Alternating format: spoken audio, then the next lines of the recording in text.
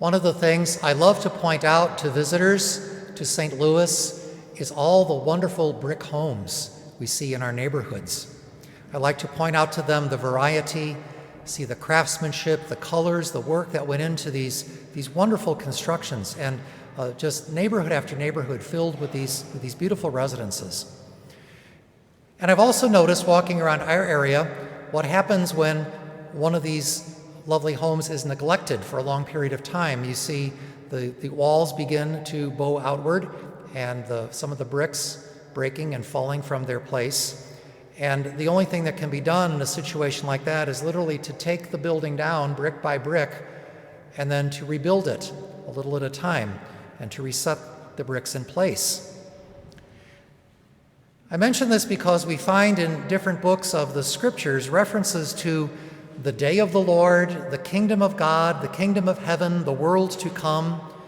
And usually these references contain images that point to the end of the world as we know it. And they are like mirror images of the stories, the biblical stories of creation. For we are told in these end of the world images how creation will be dismantled, unraveled, taken apart, broken down in order to make way, to make place for the new creation. Now, when we gaze on the magnificence of nature, the beauty of the universe in which we live, we can be filled very much with emotion and even be touched very spiritually. And it can be hard to imagine how all of this could come to an end. Why would it be destroyed, taken apart? It seems so firm, so solid, so reliable, it's hard to imagine it going away. And so also did the people in the time of Jesus regard the temple in Jerusalem that we hear referred to at the beginning of the gospel. You can still see some of the remains of the foundations of that temple structure, even as Jesus saw it.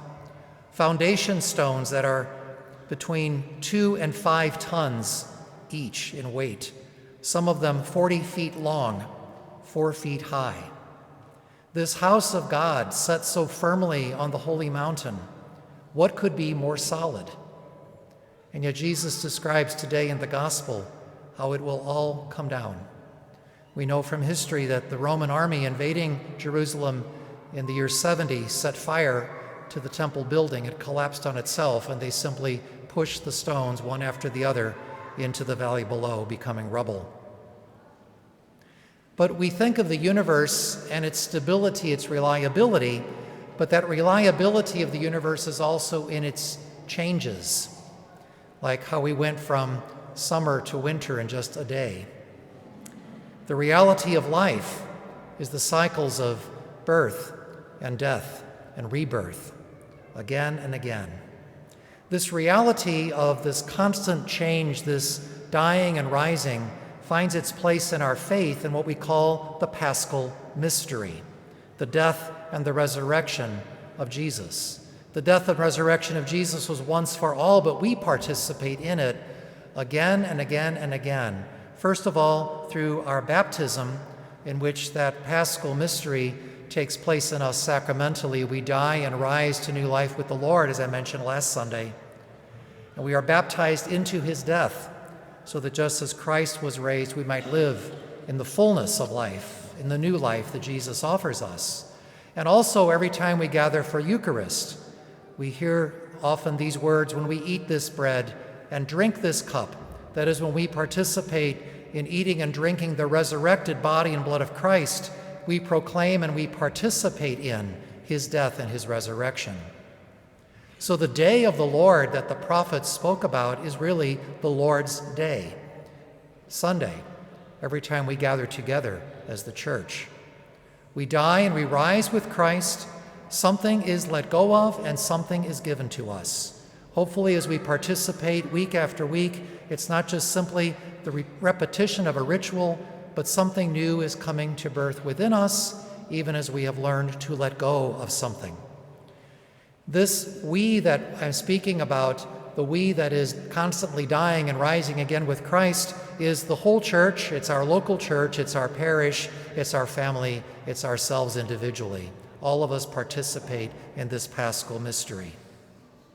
Always letting go and dying, always receiving and rising.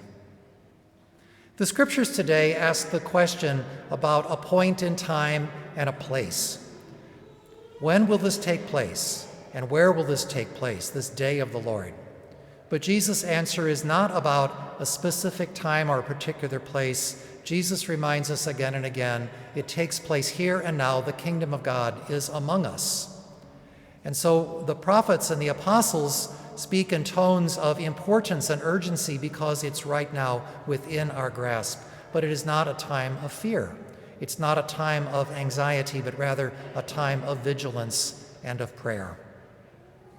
The passage that we read today is followed by the one that we read almost a year ago, the first Sunday of Advent from Luke, in which Jesus said that in the midst of all these changes, as we see this tension and this continual process of dying and rising, coming and going, changing around us, we should not be afraid, but rather stand erect and raise our heads because our redemption is at hand. We may well ask ourselves, as we come close to the end of this church's year of grace, where is God calling us and where are we being led next?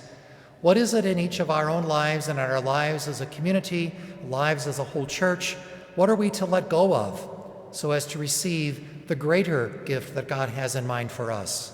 Where must that which we are familiar with be set aside to receive what God has in mind for us, which is even more? And how may we live even in this coming week so as to experience the end, not in the sense of the finality, but in the sense of the purpose, the goal for which we have been created? What is it that God is offering to us in these days that we may take hold of and recognize within ourselves the great paschal mystery of Jesus Christ?